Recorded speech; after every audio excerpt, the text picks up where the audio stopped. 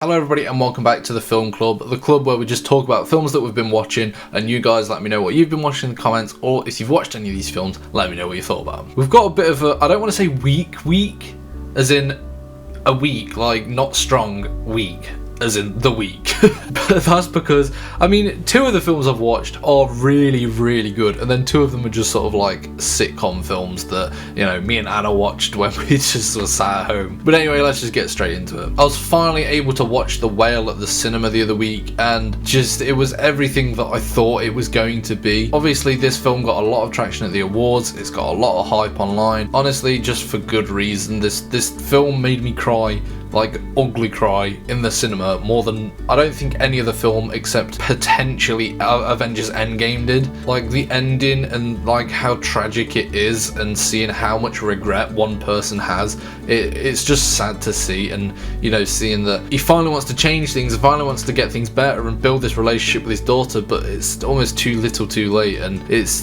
just sad. It's just a sad film. There's not one cheery moment in this film, I don't think, really. It's just the whole film is almost just a signifier of regret. Like every single character in this film has regret. The cinematography of this film as well is just fantastic. Like the way they utilize the space. I mean, the whole film is literally in one room, and yet they manage to keep it flowing and not keep it just a static film, and every shot, you know, sort of flows nicely around the room and around the characters and everyone that it involves. It just uses the space really well. So yeah, overall, I really liked this film. I mean, I didn't enjoy it. I did enjoy it. It was a really good film experience, but it's just a bit sad. I mean, if you want a sad film, this is just perfect. So the next film I watched was 2009's Triangle.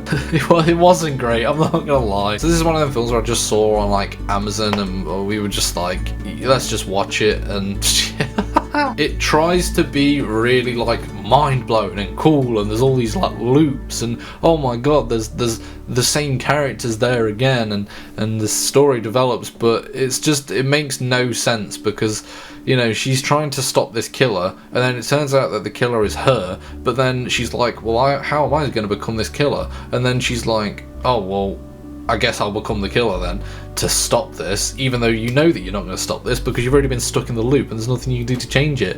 And then it's one of them where there's like an ending where it's supposed to be like, oh my god, that links to the beginning, but it just falls flat, and I didn't really care. And it also makes no sense because like she should have like known about all the other stuff if it was an actual loop. It was just badly written, if I'm honest. There's not really any redeeming factors to this film. It's just, I mean, if you want sort of like a killer thriller kind of film to put on in the background, then I guess watch it, but I wouldn't recommend. So the next film that I watched was Ghost Town. I'd never seen this film, and essentially the only reason I watched it is because it had Ricky Gervais in, and I like pretty much everything Ricky Gervais has ever done. I mean, this one probably doesn't fall into the category of being too Ricky Gervais. There was a couple like, not laugh out loud, but sort of like, that's kind of funny, but not really. A cool concept. I mean, in terms of like rom-coms, this was probably one of the better ones, but I mean, it's just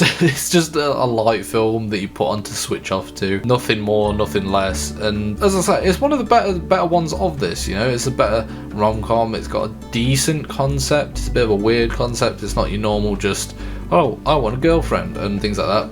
It is actually good for that aspect of it, but in terms of an actual like film, is what you'd expect. So I have already watched Aftersun, and I've already talked about it on this channel, but I watched it for a second time the other day, and I wanted just to talk about it again because this film is so much more powerful when you watch it for like a second time. When I watched it the first time and I went in blind, I sort of had this whole feeling the entire time of tension and like, something's not right here, something's gonna go wrong. I was like, maybe she's gonna get kidnapped or someone's gonna drown in the sea or whatever, but I was waiting for the whole film because there's this unsettling feeling that runs throughout the film, and you know something's not quite right. And watching it a second time, you can actually appreciate what isn't right, and it's the fact that, you know, he's got depression and he's just like in this incredibly low space. And when you watch it again, you catch so many things that I just didn't even see the first time. Like when he walks in front of the bus, he doesn't even check when he crosses the road, he just walks straight in front of it. Things like how the books in the place are all like how to meditate and how to calm yourself and all things like that. Even down to the little details of like money, how in some places he can't afford anything,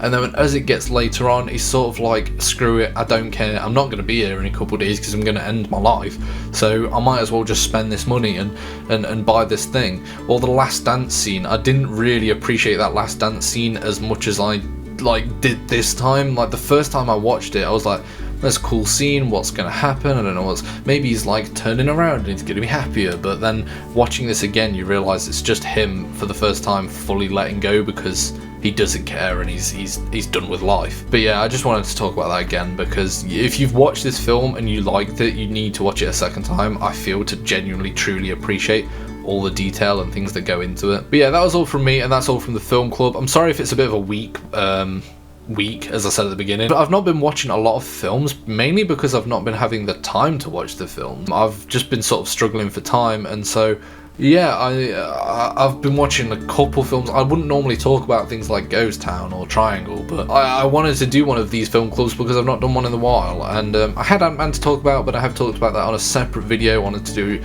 its own little thing, so yeah, if you haven't checked that out, be sure to check that out. And anyway, I will see you next time at the film club. I've just realised that light behind me keeps going in and out. Has that been doing that the whole time? Anyway, goodbye.